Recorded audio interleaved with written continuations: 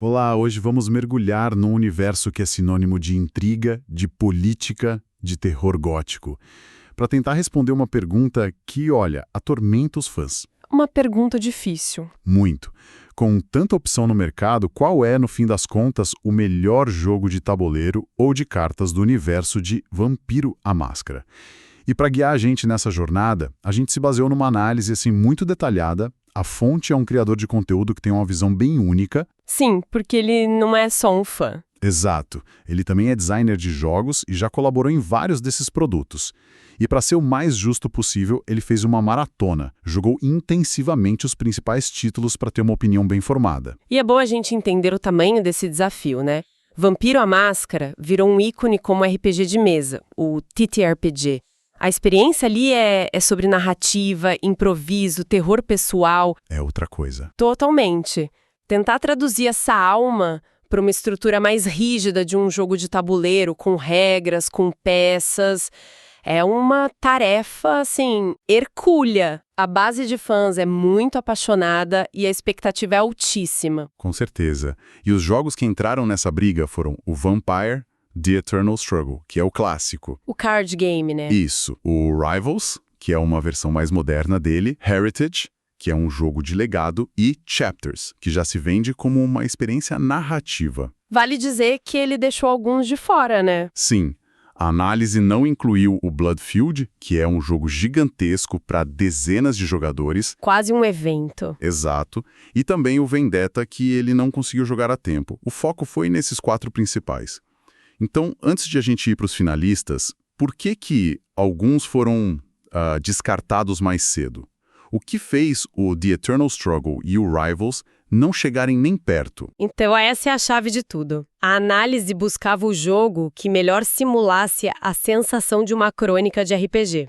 A imersão. Exatamente. O Eternal Struggle, apesar de ser um clássico que muita gente ama, ele é, na essência, um jogo de cartas competitivo. É cada um por si, sabe? O foco é em eliminar os outros. Faz sentido. Ele tem o tema, claro, mas a experiência de um card game de estratégia, não de uma história cooperativa. E o Rival segue a mesma linha, só que de um jeito mais ágil, mas ainda é jogador contra jogador. Foge da essência do RPG em grupo. Entendi. A busca não era pelo mais competitivo, mas pelo mais imersivo. Isso nos leva a 2 grandes finalistas. O primeiro deles é o Vampire, The Masquerade Heritage. Exato. E a Heritage é uma proposta muito ambiciosa. É um jogo do tipo legado, onde seu objetivo não é só ganhar uma partida. É maior que isso. Muito maior. É construir a história de uma linhagem de vampiros ao longo de 700 anos. Você recruta mortais, transforma eles e vai construindo uma teia de influências através dos séculos, trazendo para o seu clã figuras históricas reais. Tipo quem, por exemplo? Joana d'Arc, Vlad o Empalador. É bem interessante. E só para dar uma ideia do nível de envolvimento da Fonk com isso, ele menciona que tem uma cópia de protótipo de autor do Heritage. Um item raríssimo. Nossa, isso é sério. Ou seja, ele conhece o jogo num nível, assim, muito profundo. E o que é fascinante no Heritage é justamente esse conceito de jogo de legado. Para quem não conhece, é um formato onde suas decisões numa partida mudam o jogo para sempre para as próximas sessões. Como assim mudam de verdade? De verdade. Você cola adesivos no tabuleiro, escreve em cartas, às vezes até rasga um componente. Isso cria uma crônica única para o seu grupo, uma história que só a sua caixa do jogo vai contar. É uma tentativa clara de replicar a evolução de uma campanha de RPG. Uma ideia incrível. Mas se Heritage chegou tão perto, por que ele não foi o vencedor? Quem levou o título? O grande vencedor, segundo a análise, foi Vampire the Masquerade Chapters. Ele também é um jogo de legado, mas a abordagem é completamente diferente. Diferente como? Enquanto o Heritage foca na macro-história, naquela visão panorâmica de séculos, o Chapters mergulha no terror pessoal, na intriga do dia a dia. É o coração da experiência do RPG. E como ele faz isso? Qual é a estrutura dele? Ele é descrito como um jogo de tabuleiro com combate tático, tipo skirmish, sabe? Confrontos em pequena escala, com miniaturas. Mapa, miniaturas, essa coisa toda. Isso. E ele mistura isso com elementos muito fortes de livros-jogo, do tipo escolha a sua aventura. Pode ser jogado sozinho ou cooperativo com até 4 pessoas, e o ponto central é esse. De todos os jogos, ele é o que mais se aproxima da experiência de sentar numa mesa para jogar o RPG. E o que ele consegue replicar tão bem do RPG de mesa? Vários pilares.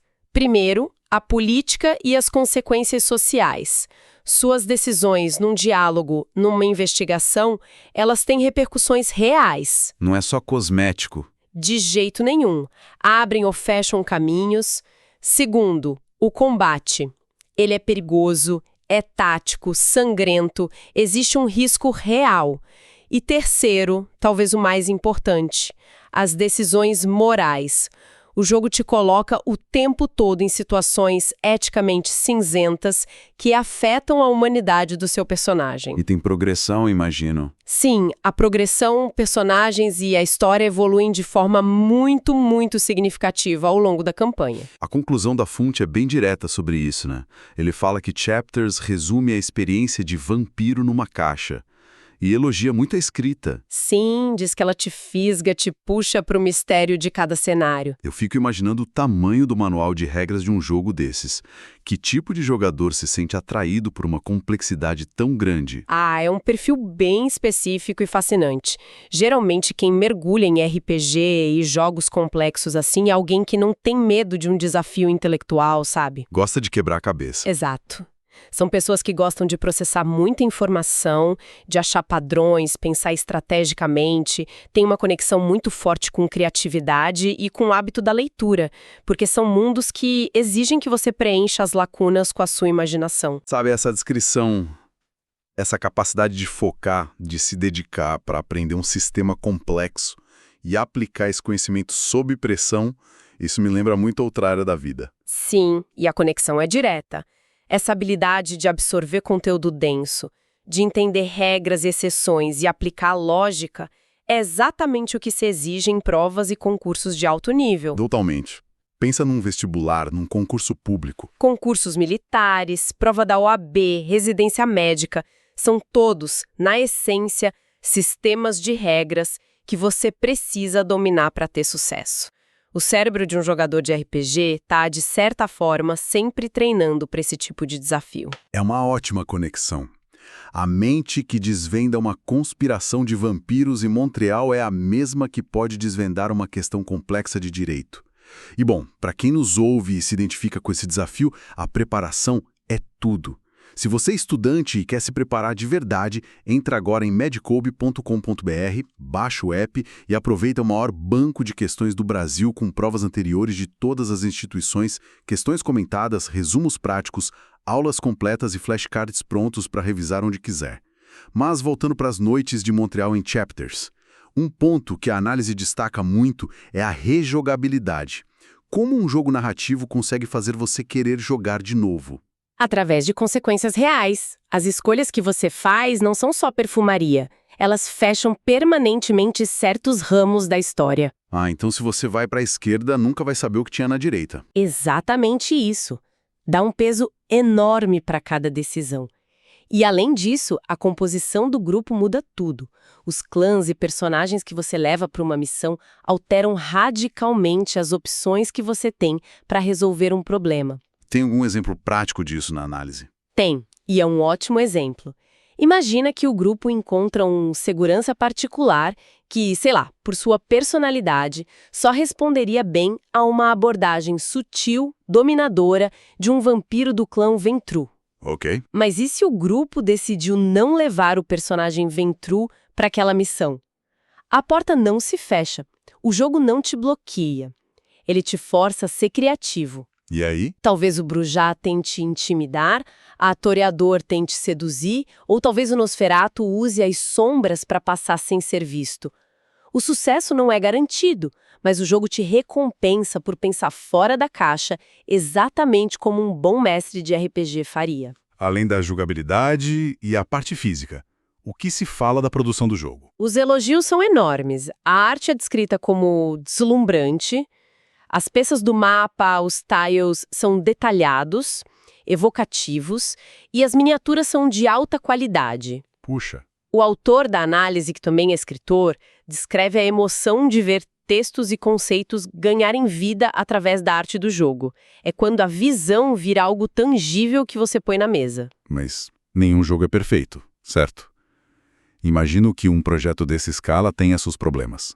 O que a análise aponta como pontos fracos? Sim, a análise é bem equilibrada e aponta duas falhas principais. A primeira é que, se o grupo de jogadores for muito otimizado, o jogo pode ficar fácil demais. Como assim otimizado? Se você montar um time com um personagem focado em combate, um em social e um em mental, o grupo quase sempre vai ter a ferramenta certa para cada problema e isso pode diminuir a tensão. E a segunda falha? A segunda é um problema comum em jogos gigantescos na primeira edição, a errata. Ah, os errinhos. Exato. Erros de digitação, regras ambíguas, pequenas omissões no manual. O analista reconhece que isso é frustrante. Não tem nada que quebre mais a imersão do que parar o jogo num momento de clímax para procurar uma correção de regra na internet. Nossa, isso é péssimo. E os desenvolvedores simplesmente deixaram assim ou tem alguma solução para isso? Felizmente, eles foram bem proativos. A editora, a Flyos Games, mantém um documento de errata viva online, sempre atualizado. Mas a grande notícia é que uma nova edição do jogo está a caminho e ela não vem só para corrigir. O que mais ela vai trazer? Essa nova edição vai incorporar todas as correções de regras direto no material impresso, o que já é ótimo, e vai incluir um aplicativo de suporte para agilizar as coisas. E de conteúdo novo? Muito conteúdo novo. 3 clãs que não estavam no jogo base vão se tornar jogáveis: Ravnus, Tsimisk e Salubre. E com eles, claro, vêm novos capítulos de história. E o mais legal é a forma como eles estão tratando quem comprou a primeira edição. Não precisa comprar tudo de novo. A editora vai oferecer pacotes de upgrade com adesivos para corrigir os erros dos livros e, claro, acesso ao material digital. É um sinal de respeito com a comunidade. Então, no final das contas, o que faz de Chapters o grande campeão? Qual é a ideia que fica? A avaliação final é que ele vence porque não apenas usa o tema de vampiro, ele captura o tom.